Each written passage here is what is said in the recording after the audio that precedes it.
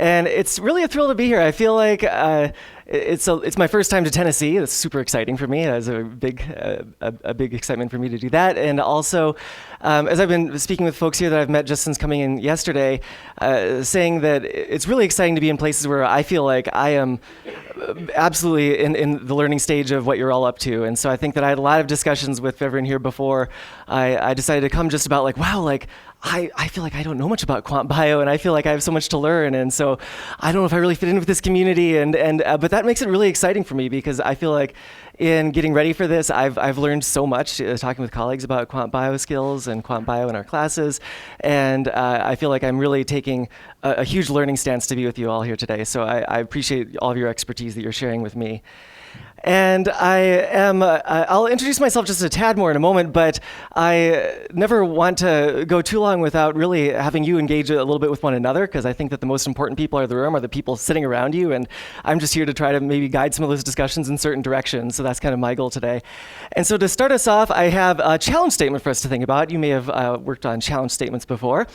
And I'll also say, as we get to that challenge statement, that I know that we have a bunch of just fantastic both biology educators and math educators and some others in the room, and that I'm going to throw out sort of my language, at least use the word quant bio for the kind of stuff that we're working on, quant bio lessons or quant bio activities, with the understanding that these are not just for biology classes, right? That these are also applied mathematics sort of activities. And so applied mathematics or science-based mathematics activities is just very long, and so I'm going to say quant bio, but by that I don't mean to exclude the mathematics folks. I mean that to refer to both types of classes. So here's my challenge statement for you all. Quant bio lessons are a key tool for promoting diversity and inclusion in our classes. So if challenge statement means you get to read it, take an opinion, agree or disagree, I'll say there's no right or wrong answer at all in this. But we'll just take a moment to think about this. So it'll just be quiet for a few seconds here to reread that statement and just think, no right or wrong answers. What's your opinion and why? So just a moment to think.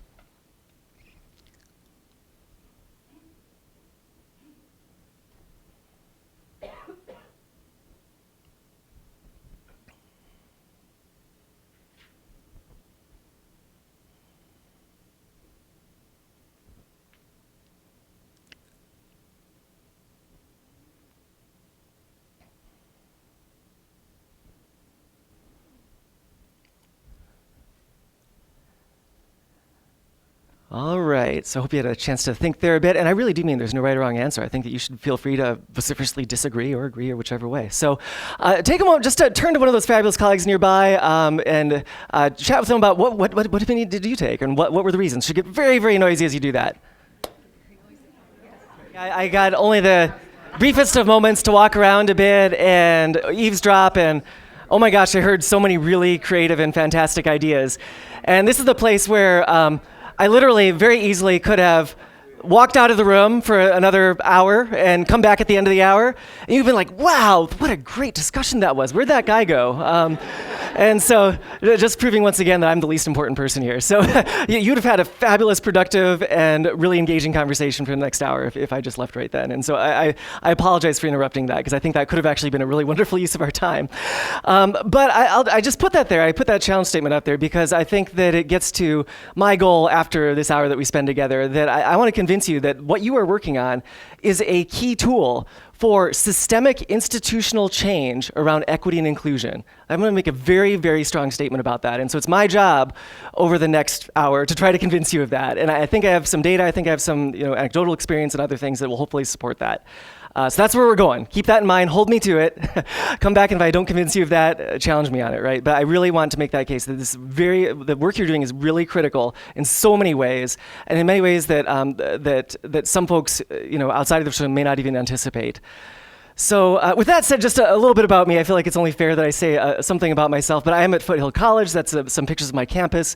It's beautifully situated just barely up in the Santa Cruz Mountains in Silicon Valley. I think I have the best job in the world. I sometimes go places where people are not community college educators, and I'm like, why do you not do what I do? Because I have the best job, and I just don't understand why you don't do what I do. And I'm endlessly inspired by my students. They're the most hardworking people ever. I feel like my goal in life is to, when I grow up, to be like my students, and I don't know that I'll ever quite get there because they are so hardworking. As much as I try to work hard to match them, I don't think I ever make it there. And so I'm just so deeply appreciative of the job that I have and the students I work with, and inspired every minute by them. So that's a big part of my identity, I think. I also often point out that I was a music major, so this is me as a bachelor. I have a Bachelor of Arts in Saxophone Performance from UCLA, so I have a music major there.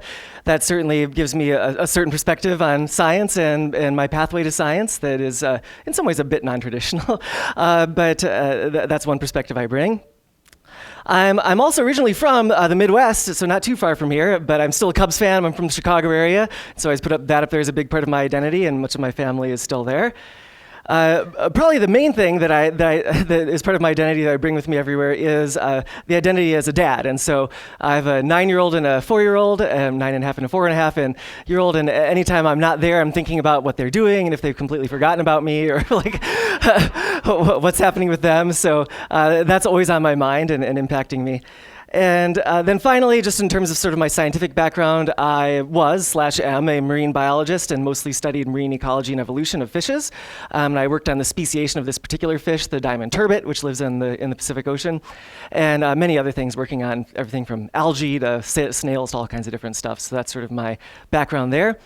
However, I no longer publish in the field of marine biology very often. I'm still in touch with some of those colleagues, and I love that work. But these days I publish in the field of science education and biology education research. So this is just a smattering of some of my recent publications. And as Heather mentioned, I'm on the editorial board of the main journal in my field, one of the journals in my field, the Journal of Life Sciences Education. And finally, just wanted to say that the work that I'm talking about today is absolutely not mine and not mine alone. It is the result of a collaboration with many awesome collaborators, many of them community college students or former community college students. So these are some of my colleagues who have either co-authored papers with me on this work or co-presented at conferences with me on this work. And this work would not be what it was without them. And so they are all here in spirit, and they've all contributed immense intellectual efforts and sort of contributions to this. So finally, as we get started, I wanted to just have us think about a little bit of how I came to this particular project. And so I have a brief set of, I think, discussion prompts here to kind of maybe frame this work in terms of how I came to it and why I got really interested in this. And before that, I have to ask, how many people have heard of or engaged with something called the Rock Stars of Science campaign? Somebody? Yeah? Awesome. A couple people? Oh, great. All right, so you're in for a treat then, if you haven't. If you've seen it before, then there's all kinds of new revelations you can have, but if you haven't, you're in for a treat. So just a little bit of background. The Rock Stars of Science campaign is a philanthropic effort run by the Jeffrey Bean Company, which is a clothing company, and GQ Magazine. And these organizations, their philanthropic arms, good for them, decided that they were really enthusiastic about getting young people excited about science. So, maybe not an obvious choice for a clothing company and a men's magazine publisher, but that's what they decided they want to do, and good for them, right? So their theory of action then in this was that they would take scientists and put them next to rock stars, take pictures of them, and then publish those in GQ Magazine, because we know that's where all the young people go for their information, GQ Magazine, right? And also on billboards, but literally, you can go to Minneapolis Airport sometimes, you'll see there's these billboards of Rock Stars of Science there, so there are other places too. And I'm just going to show you some examples. So here are a couple examples from their original campaign of Rock Stars in Science. And these are going to come back in just a moment, so don't worry, you'll see them again. I'm just going to flip through a few of them for now. Here's a couple more examples of Rock Stars of Science pictures from their campaign. And this will come back in a moment as well. And then here's the final one from their initial campaign, which is 2009. They have other campaigns since then. And what I wanted to do is to just get us kind of framed around, my mindset around this work, I think, was to take a look at these pictures. I'm going to put them all up in a second. And there's going to be a couple prompts for you to think about. One, it's just an observation, sort of like the graph, right? What do you notice about the photographs from the Rock Stars of Science campaign? There's no right thing to notice. There's no wrong thing to notice, right? Just what do you notice?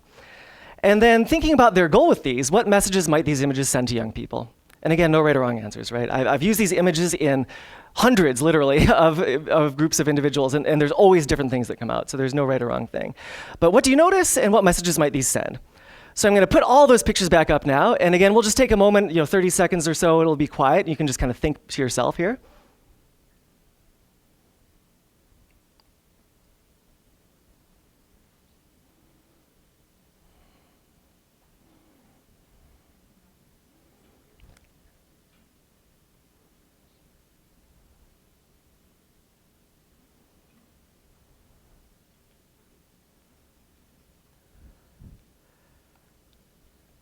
All right, and I thank you for that think time. I'll say that I'm one of these people that, like, if I'm just told to discuss something, I'm like paralyzed and I won't speak up. And so I need a moment to process and think, and like rehearse my ideas before I can actually converse. But now why don't you go ahead and turn to those colleagues again. And again, no right or wrong answers, just see what different observations you have or different sort of messages being sent. You should get very noisy as you do that.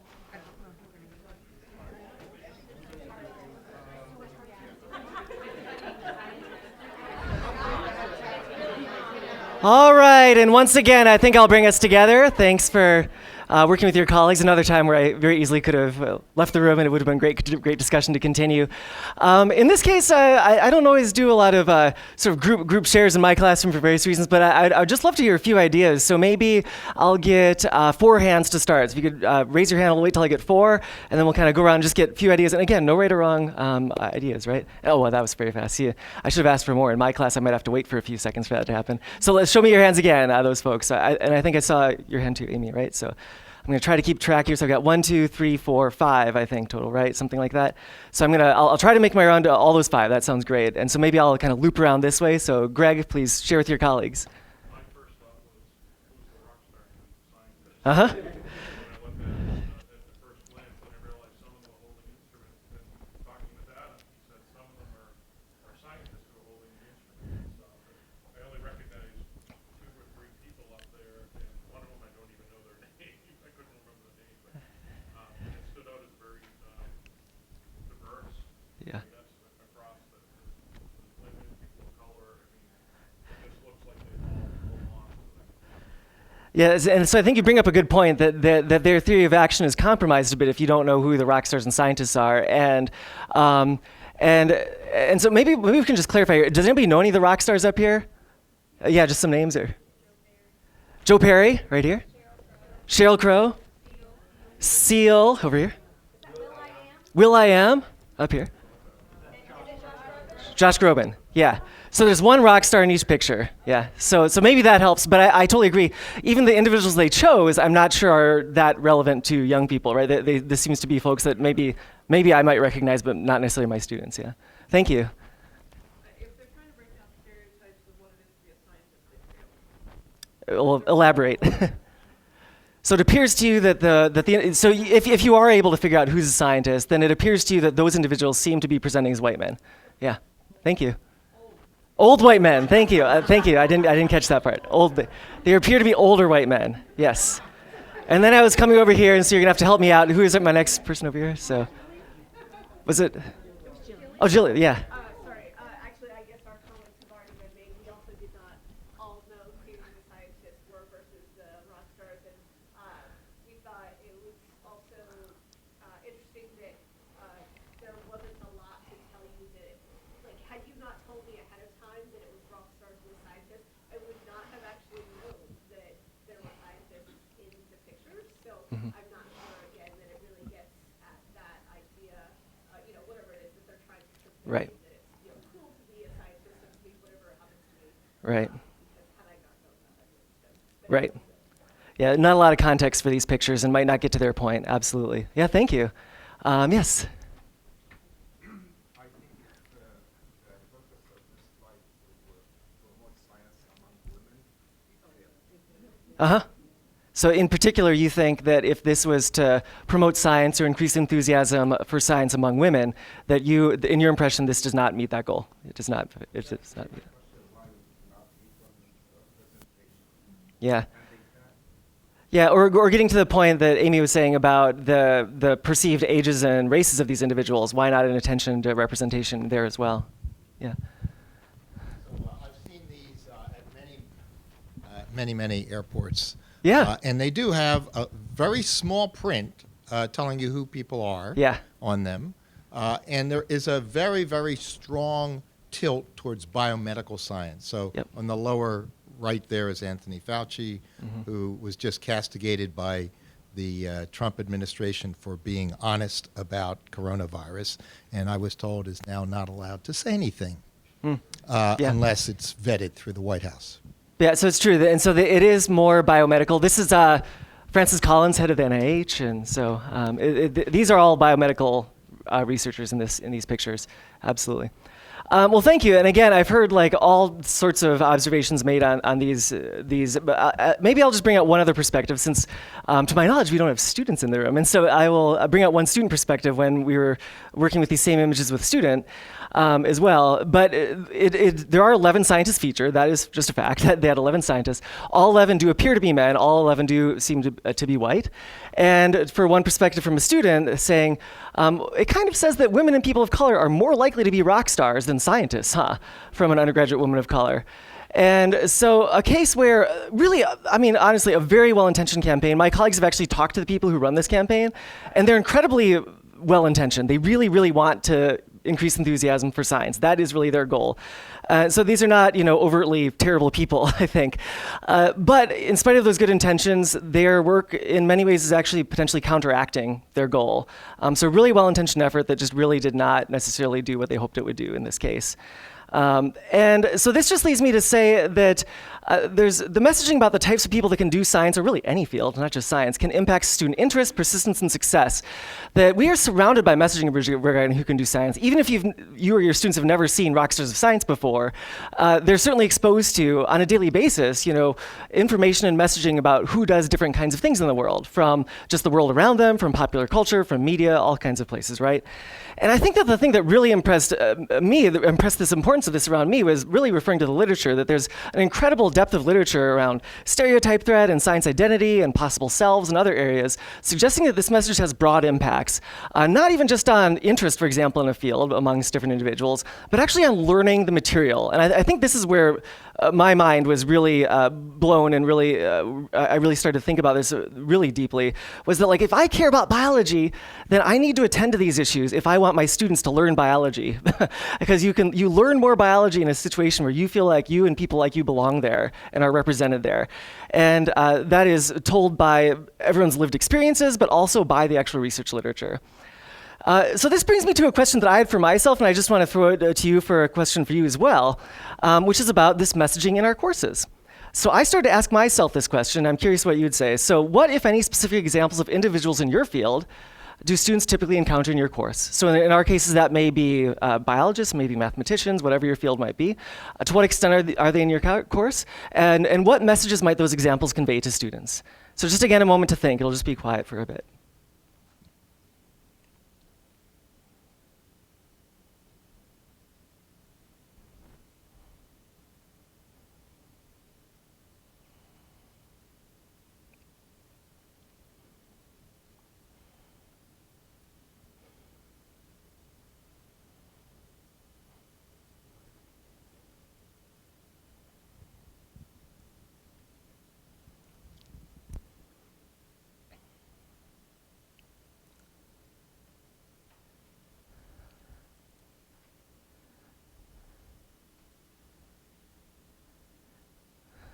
All right, and in lieu of sharing this time, I'm actually just going to share my response, because I care deeply about this for a long time, of course, because of who my students are and how much I admire them. And then being exposed to the research literature around it just made me realize how even more critical it was than I even realized before.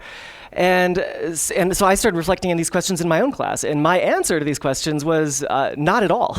That there was really no messaging in my class about who does my field. And there were no examples of scientists that related to my field at all.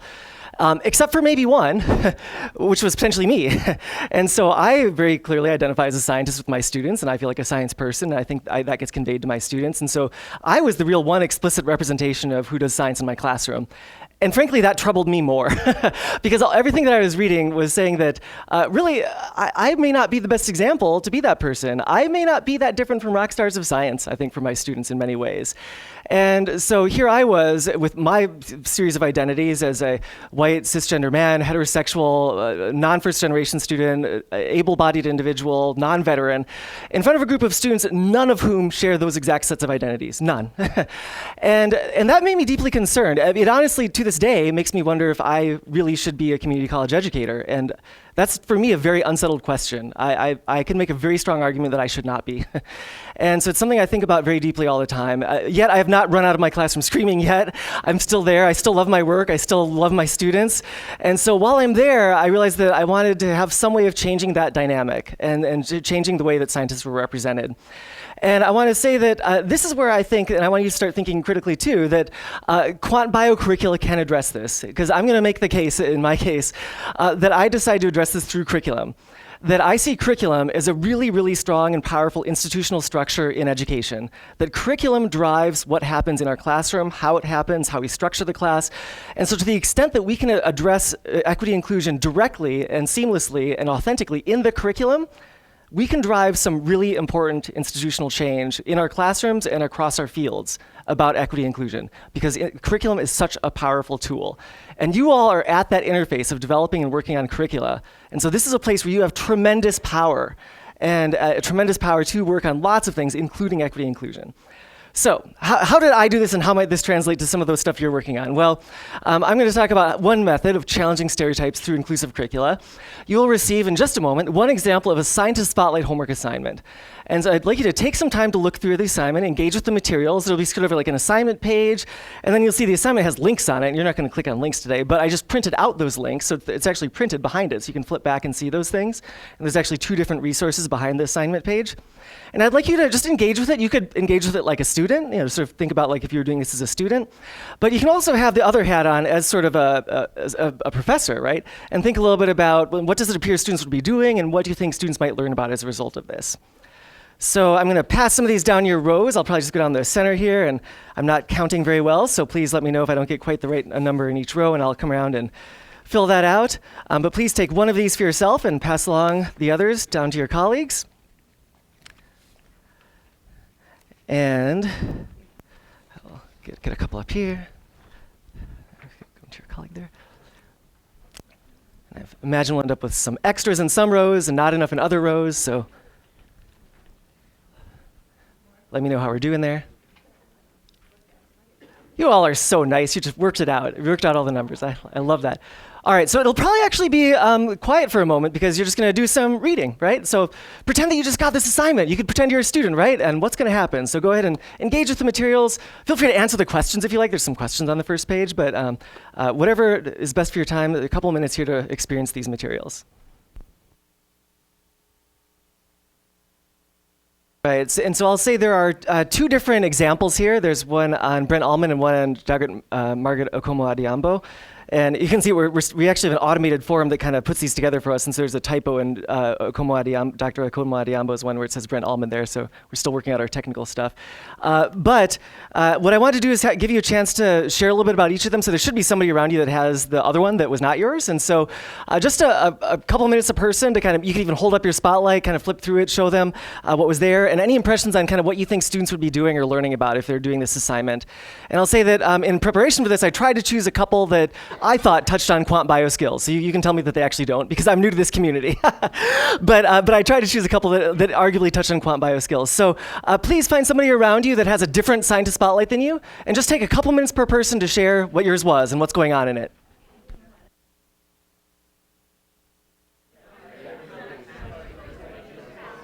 All right, and I think I'll bring us back together. Thanks so much for engaging with your colleagues and sharing a bit there. And both of these examples and others will be electronically available should your team leaders here wish to send them out. I'm happy to make everything electronically available to you all. But I wanted to share a little bit about what I think is happening. You can tell me later if you see different things going on, but at least a few of the characteristics of what a scientist spotlight might be that are maybe reflected in some of these things. So for me, I love biology. I'm sure you all love biology and math and the topics that you teach in. So I want my students to learn biology and to be excited about biology. And so this includes course content. Like, there's course content in here to me that they're learning about something that we're going to study in class.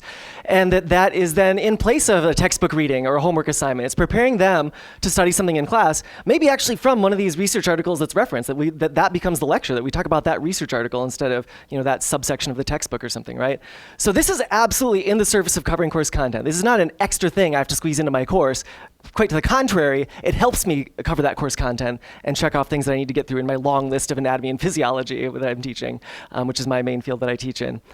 However, alongside that, there's some introduction to biographical information about someone who might be considered counter-stereotypical. There's at least an argument that some of these folks might be counter-stereotypical. In terms of some of the logistics, this is performed outside of class. In my campus, this is on Canvas, like our course management system. It's graded only for timeliness and word count. So you get it in and you write vaguely to the prompts for a couple hundred words, then you're all good. Prepares us for class, so we can have some of those discussions in class as well. And one thing that's common is that it specifically asks folks to think about the types of people that do science. And I think that's question 4 on both of them. So questions 1 through 3 can vary a little bit, especially there's one of the questions that really relates to content there. So that differs between Dr. Allman and Dr. Oma Akiambo. But all the other questions are sort of similar, and the one that's always there is thinking about the types of people that do science and how that might relate to these assignments. And of course, students can write on any one of those. It says, you might wish to discuss some of the following, so it doesn't mean that you have to go 1, 2, 3, 4, but that option is there as one of the things that the students are focused on thinking about. And since I don't have my students here to directly convey their voices and contribute to this conversation, I wanted to just provide a few examples, really representative and actually common examples of how some students have responded to these. So I have a couple student voices here, just direct quotes from submissions of these homework assignments. So here's one. For me, science has always been intimidating and unapproachable. Listening to Megan describe her personal and professional struggles, frustrations, setbacks, self-doubt, and success in relation to science made it feel very relatable and relevant. Her story humanized scientists to me. I've always thought of scientists as these brilliant, successful people who have vast knowledge, have it all together, and change the world. What Megan showed me is that scientists are absolutely brilliant, successful people who have vast knowledge and change the world, but they don't have it all together. Is that right? Is that true? They stumble, they fail, they struggle. They also do not give up. Megan's story points to the perseverance, resilience, and persistence of scientists. That is beyond admirable. Or another student here. I was pleasantly surprised that this week's spotlight was about a queer female scientist, and the large part of the first resource was about her home life and how being a scientist can be difficult outside the lab.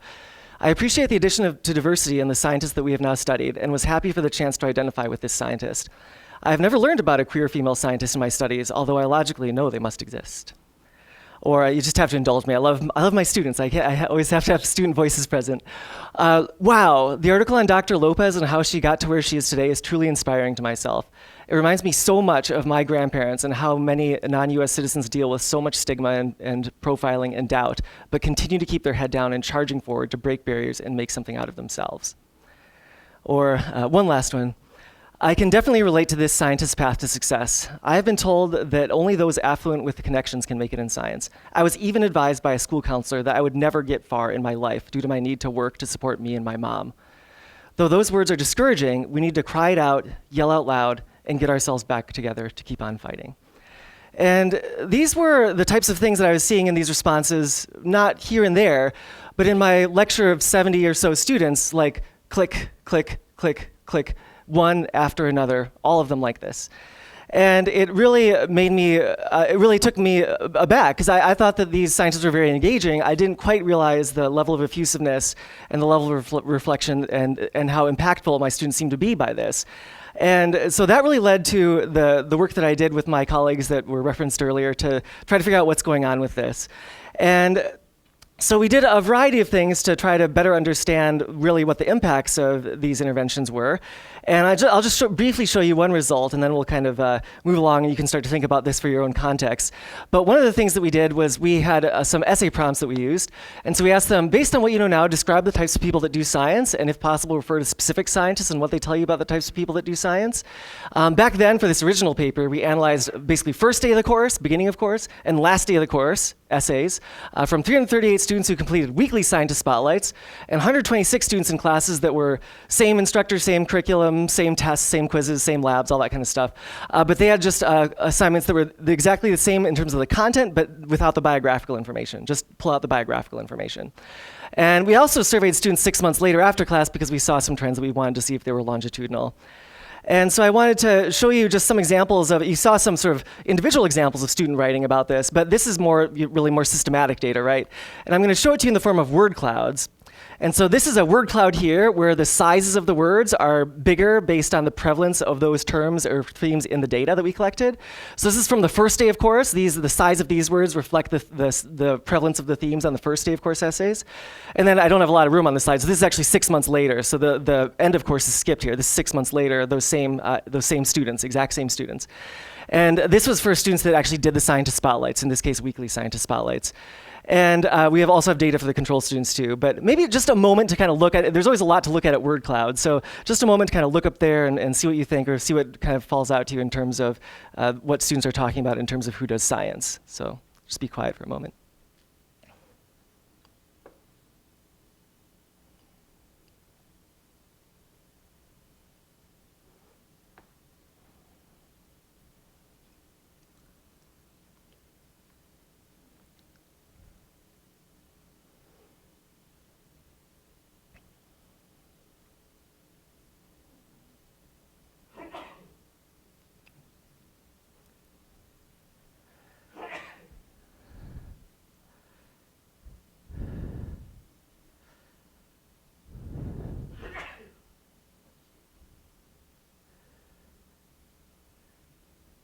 All right, and out of respect for the agenda of your day and timing and everything, maybe just turn to a buddy and just share one main observation each, right? So one observation each should be 15, 30 seconds max per person, right? Teams of 3, that's fine, 30 seconds still per person. So it should get very noisy, one observation.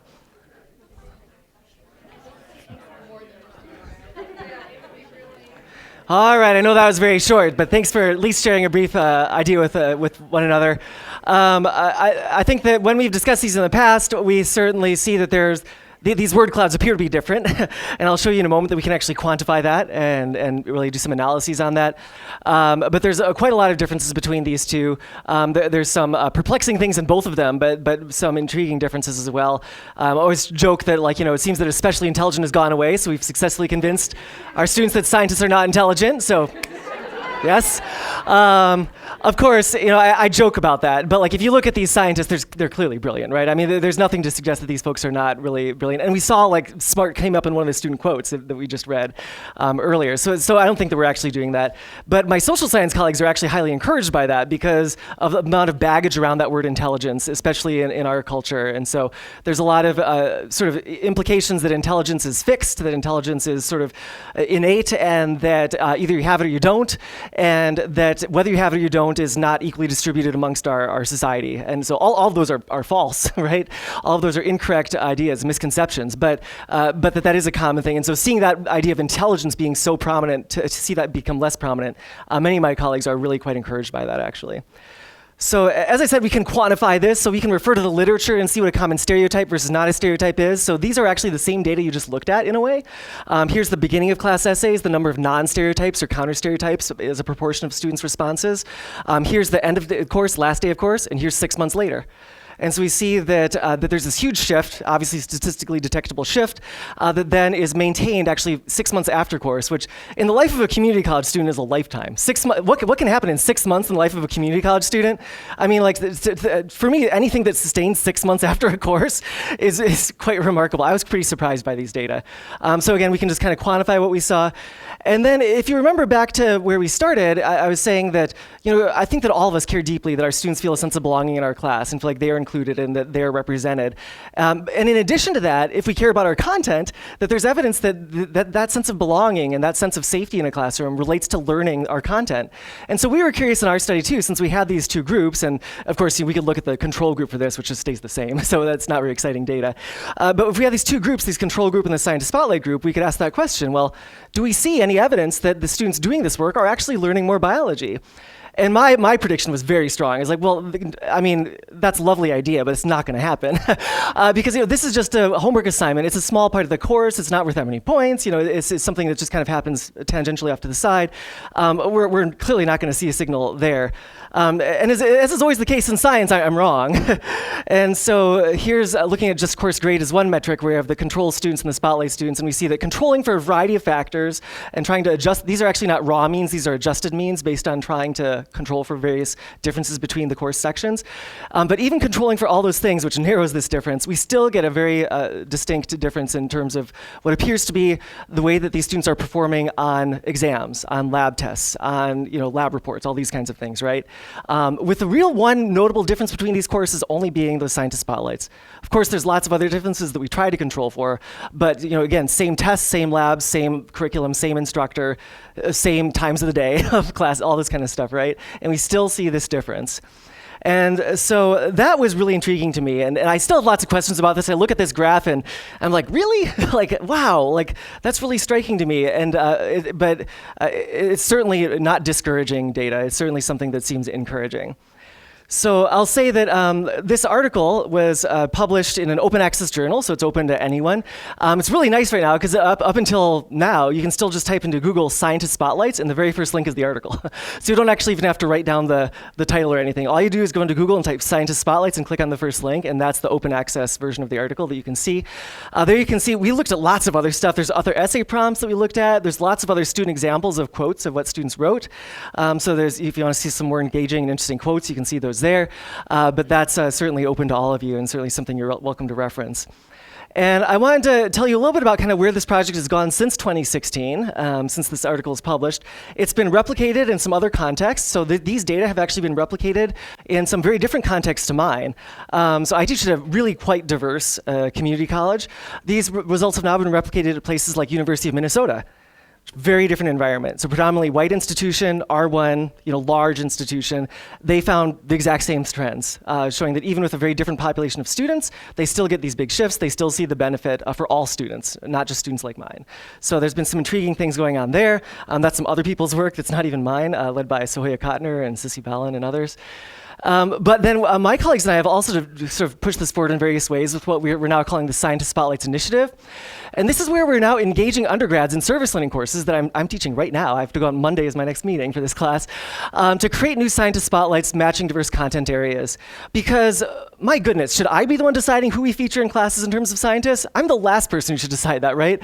My students should be deciding the types of people they would like to see featured in their classes. And so now the power and agency is in their hands to make those decisions and to impact and affect change around this nationwide through their voices and through their ideas. And you see an example of that with Dr. Okomo Adiambo, where at the bottom there's actually a little bio of the student who created that. So the Brent Allman one is one I created, so that's why there's no bio, because it's just me.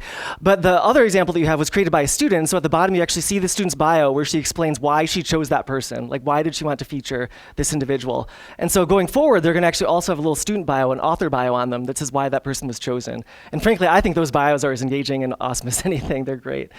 We're also developing, and this is really close. I've been saying under construction for like years, and it's getting really annoying, but we're very close to this live website that will eventually have a searchable repository for scientist spotlights, where, again, it's probably more relevant immediately to biology folks, but you could type in something like microbiology, and then you would get a series of assignments ready-made that you could plug into your course management system that were developed by students mostly.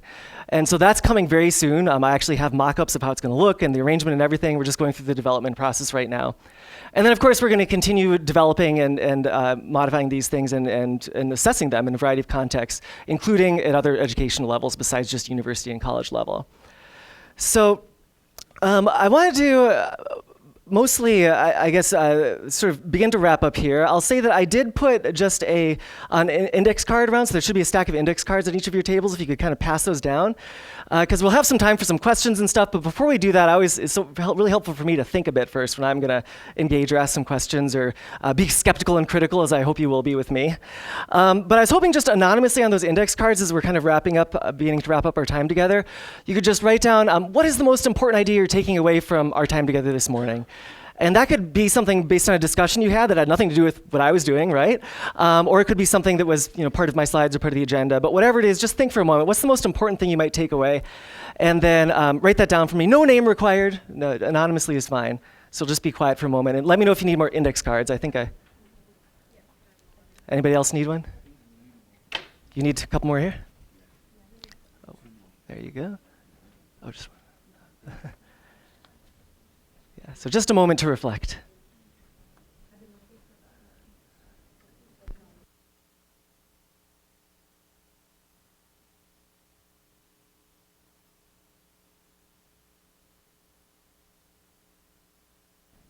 So maybe just wrap up a thought, and I appreciate your efforts on that. Not only does this get me some really important feedback, but I think that I just know, even from working with students, that a moment to reflect is really important, and that aspect of reflection and metacognition is really helpful for us to kind of think about things going forward. So I appreciate you doing that.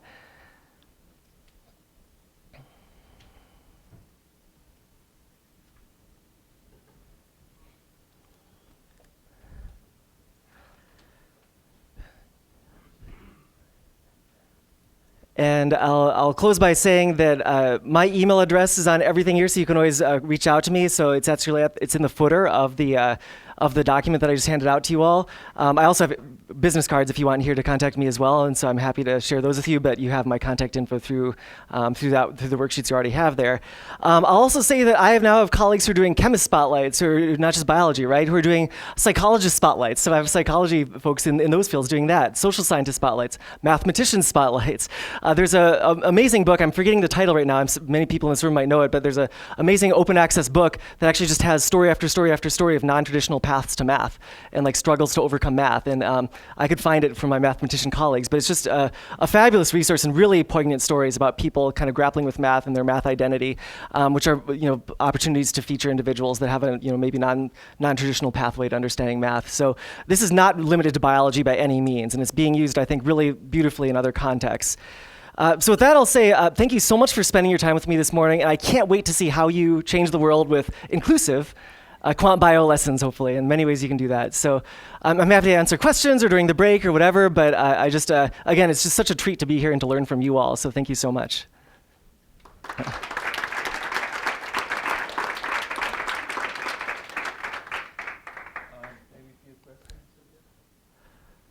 Yeah. So I noticed you mentioning that you're going to sort of crowdsource your content from your students and using student authorship, but are you considering opening this up to participants, anybody who visits, being able to? I have a bunch of students who really do this and like love participating.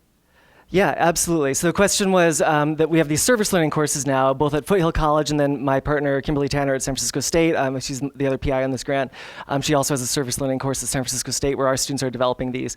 But on the website, and I could show you later or sometime, a screenshot of what the website will look like. There's a link for like participating and contributing, and there what you get is this forum that I was talking about, because we're working on really sort of streamlining the process of submitting spotlights through a forum so you can easily know what goes into a spotlight and what to include. And it's pretty self-explanatory at that point. And so that would be open to anybody. And so a faculty member at a different institution could submit a spotlight for someone, or a student from a different institution could submit a spotlight for someone. And yeah, absolutely. Like, we're also collecting data around the impacts on students of doing stuff like that. And it appears, students have really big shifts in mindsets about themselves and their own perceptions of their leadership in this area by participating and submitting to a national database like this. So yeah, absolutely, we'd welcome contributions from others. Sure, yeah, absolutely. How many of these bio spotlights do you use in your class? Yeah, so the question was, how many of these bio spotlights do I use? And so you saw up there, I had weekly ones. I'm on the quarter system, so we have an 11-week quarter. We can't have one do the first week because I haven't met my students yet, right? But starting the second week, so that means I have 10 of them.